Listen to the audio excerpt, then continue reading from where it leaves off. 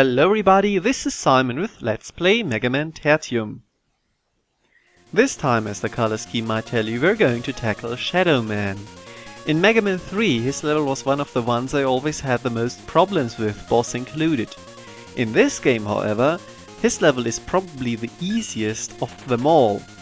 This is mostly due to the fact that not many things got changed, because when Minakuchi changes things, it's usually for the hardest. Like in this first screen, for example. These bombs, which make their debut in this Mega Man game and will later on be in more mainline ones, are definitely more than just a single drop. They also respawn. The next screen is devoid of the enemy that is usually there. And this bomb here can be circumvented. I do not really know why they're there, it's kind of inconsequential because it's not like they're in the later in the level, but details. This guy is also a new sprite. It's relatively hard to hit, but here it's more of an introduction to the concept, and I'm just using Surge Snake out of spite. Usually you're far better off with the Buster. These guys here are always a big problem, and Surge Snake helps a lot to alleviate that, but the Buster itself is also pretty good in dealing with them in this game at least. Not so in Mega Man 3, they were far harder there. I kind of goofed here.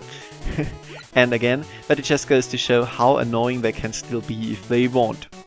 This section is pretty much the same, and as in the original, it is really easy to completely invalidate it with Surge Snake. The big problem it also shows is that the Game Boy's games sometimes suffers from a lot of slowdown. The NES did too, but here it is pretty egregious. I do not think that the emulator is to blame for that. The darkness effect still no problem at all, because now that the screen is smaller you can very easily take them out. All in all, except for that one little nasty surprise of the different enemy at the end, it is probably easier than in the original, yes.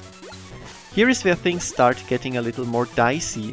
With the addition of Yambos in cramped corridors and these guys here, it would be pretty damn tough if not for the half-charged shot. As we now have that, it is very easy to take out the hopping dudes, because you cannot no longer shoot over their heads and get jumped in the face. This segment is also surprisingly easier than in the original, with them always staggered in the same way and no more problems with them being in inopportune places. Also, the surprise move of the guy at the end is still there, but you somehow have more time to react even though the screen is smaller.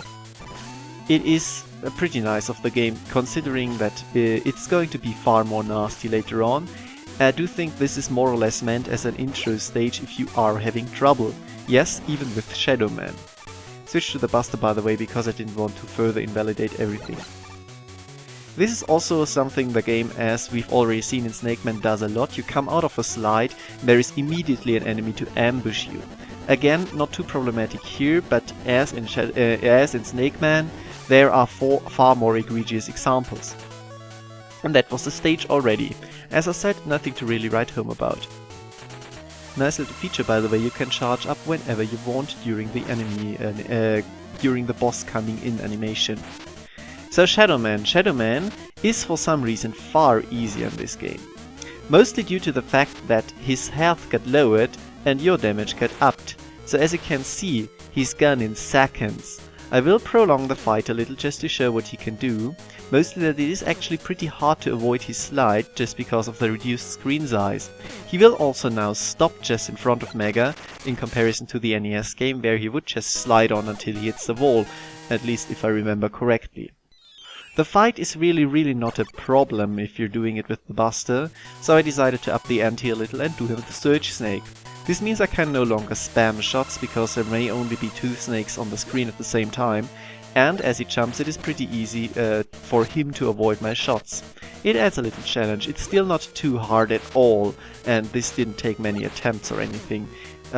Just another reminder here that it can be pretty tricky to avoid his attacks because of the screen size, as here for example, when he corners you it is very hard to not get hit. In fact, it is very much an exercise in positioning, and as in the NES game you are very luck dependent in him pulling out the right attack at the right time. Still, again, you can tank a lot of his hits and he has far less health, so it really should not be that big of a problem.